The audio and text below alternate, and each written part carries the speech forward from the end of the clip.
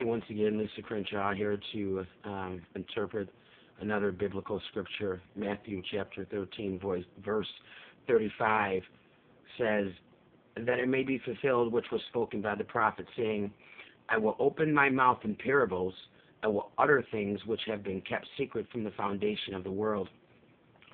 So if you want explanation as to why I'm able to do all the things that I'm able to do and why I have the suitcase full of things that I have the suitcase full of, I'm going to translate it. Matthew chapter 13, verse 35. The reason why I'm able to do that is because what that is really saying is, I will open my mouth in brain. I will utter things which have been kept secret from the foundation of the world. So I've opened the voice in my brain. I have opened the voice of the creature. I have opened this human brain's mouth. This is the human brain. You can see here is a creature. I have opened his mouth, and I am able to utter things that have been kept secret from the foundation of the world. Another thing I want to go to here very quickly is I want to talk about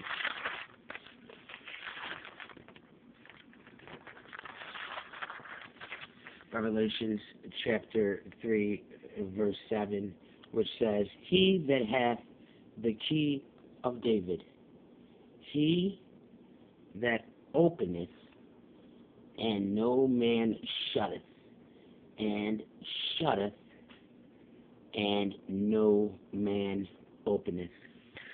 The key of David is David Crockett. This is a picture of someone portraying Davy Crockett. And you have Davy Crockett, the name David Crockett. Crockett breaks down to cock, C-O-C-K, Ra, R-E, and the letters T-T. Cock means Peter, you will deny me 3 times before the cock crows, before the rooster crows. Ra refers to God. So this is referring to Jesus. So what we have is we have Jesus, and we have the 2 crosses.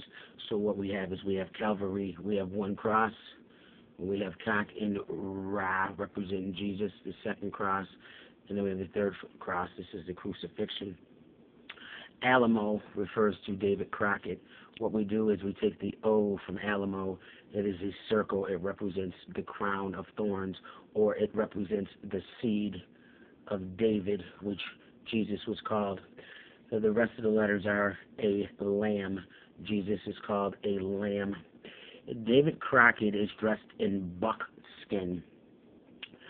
Buck refers to deer skin. Deer backwards is R-E-E-D, that is reed, but what it really means is R-E-A-D, which means read. What do we read? We read a word. So deer means, word means Christ.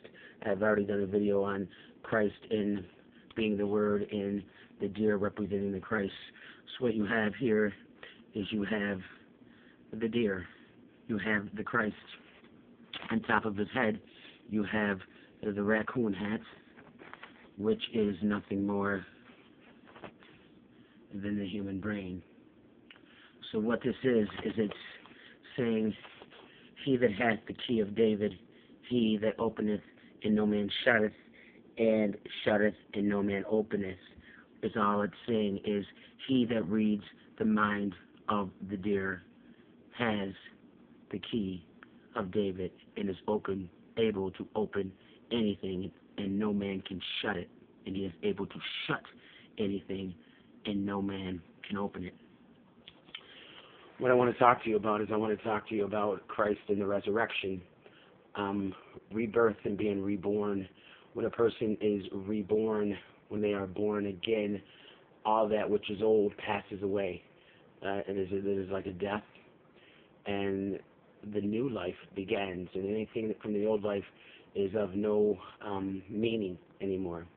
Christ was reborn. He was crucified on the cross.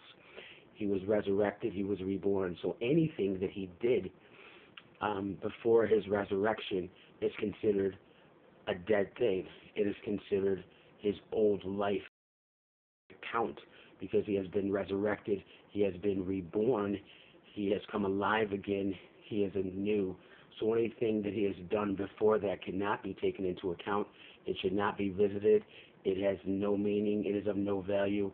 It is a dead thing. You can only go by what Christ has done after he has been reborn, which is nothing. He visited a couple people, and that was it. So everything that he did before that cannot be taken into account. So when he is at the Last Supper in the upper room and he talks about communion, we can no longer do that.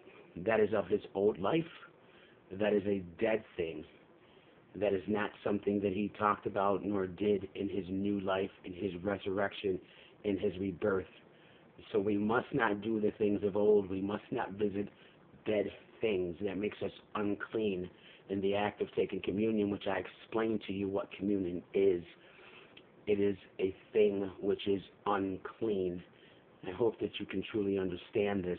If you think about what I've said in regards to the action of taking communion and what communion actually means, it is an unclean thing that we must not do anymore.